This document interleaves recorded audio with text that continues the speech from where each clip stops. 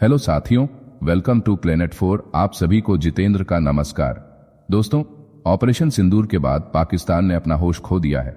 अब वह खुद अपनी तबाही की पटकथा लिख रहा है, क्योंकि भारत के मासूम नागरिकों पर सरहद पार से गोलीबारी शुरू कर दी गई है। और यह सिर्फ छोटी मोटी छेड़छाड़ नहीं, बल्कि टॉप और मोर्टार से किया गया हमला है, जो इस बात का सबूत है कि पाकिस्तान अब फुल स्केल वॉर की तरफ बढ़ना चाहता है। भारतीय शहरों में घुसकर पाकिस्तान की फौज अब मासूम बच्चों और नागरिकों को निशाना बना रही है। अब तक 15 लोगों को मार दिया गया है, जिसमें कई बच्चे शामिल हैं। और यह सब कुछ इसलिए हो रहा है क्योंकि पाकिस्तान को पता है कि भारत अब पीछे हटने वाला नहीं है। अब पाकिस्तान फिर से 1971 का दर्द महसूस कर रहा है, जहां सरेंडर ही उसका अंतिम रास्ता बन गया था। दोस्तों, अब यह बात साफ हो चुकी है कि पाकिस्तान सुधरने वाला नहीं है। अब वह भारत के शहरों में घुसकर हमारे मासूमों को मार रहा है।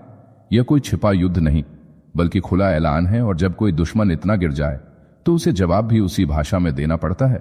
मेरी राय साफ है, अब पाकिस्तान को चेतावनी नहीं बल्कि चोट देनी होगी। और यह चोट सिर्फ एयर स्ट्राइक या सर्जिकल अटैक से नहीं लगेगी। अब उसकी कमर तोड़नी होगी, और यह तभी संभव है जब हम बालोचिस्तान को आजाद करें, उसे उसकी ही धरती से तोड़ें। जैसे उसकी 71 में हुआ था, वैसे ही अब 2025 में उसकी कब्र खोदनी चाहिए। जिस तरह उसके पैंट आज भी म्यूजियम में लटके हुए हैं, अब उसी अंदाज में उसके नक्शे को भी बदलना होगा, ताकि दुनिया देखे कि भारत अगर शांति चाहता है तो सम्मान के साथ, लेकिन अगर छेड़ा गया तो दुश्मन का नामो निशान तक मिटा देता है। जब पाकिस्तान हमारे शहरों में घुसकर हमारे नागरिकों को घायल कर देता है, जब वह 50 से ज्यादा मासूमों को अपनी गोलियों का निशाना बनाता है, तो फिर अब चुप बैठना गुनाह होगा। अब यह सहनशीलता नहीं बल्कि कमजोरी मानी जाएगी। अब वक्त आ गया है कि ब्रह्मोस गरजे, रफेल दहाड़े, सुखोई आसमान से आग बरसाए, आकाश मिसाइल दुश्मन के हर इरादे को चूर कर दे, और अग्नि से पाकिस्तान की जुबान हमेशा के लिए खामोश हो जाए। सबसे पहले उसने हमारे 26 मासूमों को मार डाला। कई घरों की मान उजड़ गई, कई औरतों की आंखों का उजाला छिन गया। और जब भारत ने ऑपरेशन सिंदूर चलाया तो जवाब में उसने फिर से हमारे मासूम बच्चों पर हमला बोल दिया। अब तक 15 नागरिक मारे जा चुके हैं, जिनमें 4 नन्हे बच्चे भी शामिल हैं। यानी हमारे बच्चों की हत्याएं कर रहा है पाकिस्तान। ये कोई मजाक नहीं, ये युद्ध है इंसानियत के खिलाफ। ये अब आंकड़े नहीं है, ये हर उस मां की चीख है जो अब भी अपने मासूम की लाश को देखकर सिसक रही है। ऐसे में अब प्रधानमंत्री मोदी जी को वह करना होगा जो इंदिरा गांधी ने किया था, एक ऐसा निर्णय जो इतिहास बदल दे, जो पाकिस्तान को फिर से 60 टुकड़ों में बांट दे, जिससे हर पाकिस्तानी जनरल को यह याद रहे कि भारत के सिंदूर से खेलने की सजा क्या होती है। दरअसल हुआ यह कि ऑपरेशन सिंदूर की आग से जल रहे पाकिस्तान ने अब बौखलाहट में LOC पर तबाही मचा दी है। बुधवार की सुबह पाकिस्तान ने जम्मू कश्मीर के सीमावर्ती गांवों में मोर्टार और तोप से अंधाधुंध फायरिंग शुरू कर दी।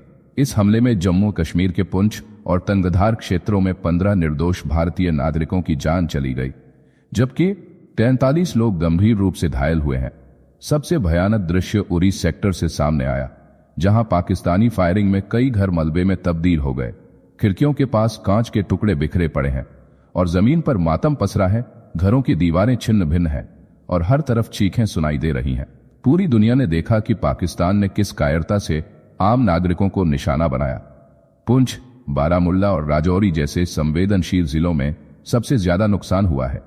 इस हमले में सबसे दर्दनाक घटना पुंछ जिले में हुई, जहां पाकिस्तानी फायरिंग में गुरुद्वारा श्री गुरु सिंह सभा साहिब को निशाना बनाया गया।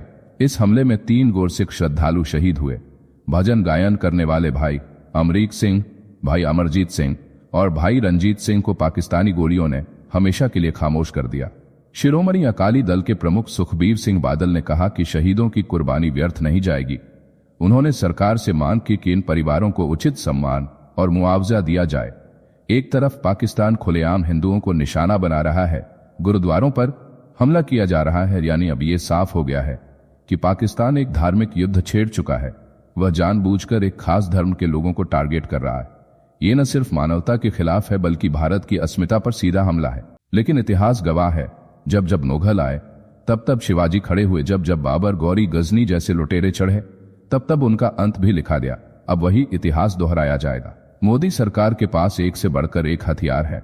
राफेल, ब्रह्मोस, सुखोई, अग्नि, आकाश सब तैयार हैं। अब सिर्फ एक आदेश चाहिए, फिर दुश्मन को उसकी भाषा में जवाब मिलेगा। धर्म के नाम पर खून बहाने वालों को इतिहास की किताब में दफन कर दिया जाएगा। भारतीय सेना ने एलओसी पर पाकिस्तान को मुंहतोड़ जवाब देना शुरू कर दिया है। पीओके में 9 आतंकी ठिकानों पर की गई एयर स्ट्राइक के बाद पाकिस्तान बुरी तरह से घबरा गया है। इसी घबराहट में अब वह आम नागरिकों को निशाना बनाकर युद्ध विराम की खुली धज्जियां उड़ा रहा है। लेकिन भारतीय थल सेना, नौसेना और वायुसेना तीनों मोर्चों पर मुस्तैद है और हर हमले का जवाब पूरी ताकत से दे रही हैं। फायरिंग की बढ़ती घटनाओं को देखते हुए केंद्रीय गृह मंत्री अमित शाह ने जम्मू कश्मीर के मुख्यमंत्री उमर अब्दुल्ला और उपराज्यपाल मनोज सिन्हा से बातचीत की है। गृह मंत्री ने निर्देश दिए हैं कि एलओसी से लगे संवेदनशील गांवों में रह रहे लोगों को तुरंत बंकरों में शिफ्ट किया जाए। साथ ही सीमा पर तैनात अर्धसैनिक बलों की छुट्टियां रद्द कर दी गई हैं। सीमा पर हर गतिविधि पर नजर रखी जा रही है और सुरक्षा बलों को चौकन्ना रहने का आदेश दिया गया है। बारामुल्ला जिले के उरी सेक्टर में 10 लोग गंभीर रूप से घायल हुए हैं। राजौरी में भी 3 नागरिक घायल हुए हैं। पुंछ सबसे अधिक प्रभावित रहा है, जहां अकेले 7 लोगों की जान चली गई। यह हमला सिर्फ एक बौखलाहट नहीं, बल्कि भारत के जवाब से डरे हुए पाकिस्तान की हार की कहानी है। दोस्तों, जिस तरह 1971 के युद्ध में पाकिस्तान ने बांग्लादेश के मासूम बच्चों को मारा, हजारों महिलाओं पर अत्याचार किया, नरसंहार की सारी हदें पार कर दी थी, उसी का नतीजा था कि पाकिस्तान के 90,000 सैनिकों ने अपने हथियार ही नहीं, अपनी पैंट तक उतार कर भारत के सामने समर्पण किया था। शुरुआत में भारत तब भी चुप रहा था, भारत तब भी सहन कर रहा था, लेकिन जब हिंदुस्तान का आक्रोश फूटा तो पूरी दुनिया ने देखा कि एक देश 2 टुकड़ों में टूट गया। आज भी वही कहानी दोहराई जा रही है। पाकिस्तान फिर से मासूमों को मार रहा है, धमकियां दे रहा है, पर उसे शायद ये नहीं पता कि अब इंदिरा गांधी नहीं मोदी है, और जब मोदी का धैर्य जवाब देगा तो पाकिस्तान को फिर से अपनी चड्डी उतारनी पड़ेगी। इतिहास गवाह है, भारत जब गुस्से में आता है तो नक्शे बदल जाते हैं। सरकार की तरफ से जारी बयान में कहा गया है कि ऑपरेशन सिंदूर कोई युद्ध भड़काने की कोशिश नहीं थी, बल्कि यह आतंक के ठिकानों पर केंद्रित एक सटीक, सीमित और गैर उकसावे वाली कार्रवाई थी। भारत ने उन अड्डों पर निशाना साधा जहां से भारत के खिलाफ हमलों की साजिश रची जा रही थी।